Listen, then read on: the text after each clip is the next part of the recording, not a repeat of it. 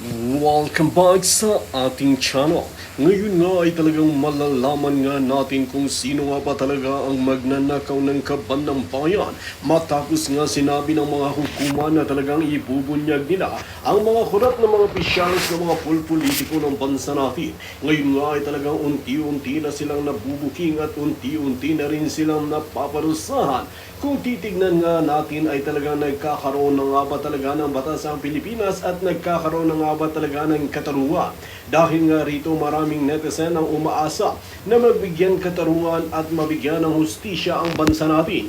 Dahil kung tutuusin nga ram ay talagang kawawa na ang taong bayan na talagang naghihirap at naghihikaos na maghirap. Dahil nga rito ang banat ng taong bayan ay hindi nila kailangan ng ayuda na katiting lamang. Ang kailangan nila ay talagang permanenteng trabaho. Dito nga natin mapapansin na marami pa rin Pilipino na talagang umaasa nga sa permanenteng trabaho at hindi lamang sa ayuda na mas malaki pa naman ang ibinubulsa ng mga korap na mga opisyales.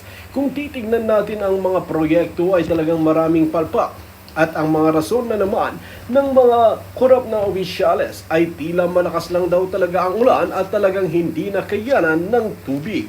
Kung tutuusin ay talagang dapat nga bago nila daw ito ginawa ay dapat alam nila na ang sakonang ganito ay talagang malakas ang mga tubig at mababaha ang lahat, magkakaroon ng landslide. Ngunit bakit hindi naisip ng mga korap na mga opisyales dahil sa mata lamang makikita na kunwaring may ginawa sila pero hindi pala matibay. Well mga kaibigan, kung kayo tatanungin ano ang inyong mga opinyon, just comment below sa ating comment section at ating tatalakayin. Panoorin nga natin ang buong detalye at kung bago ka lamang sa aking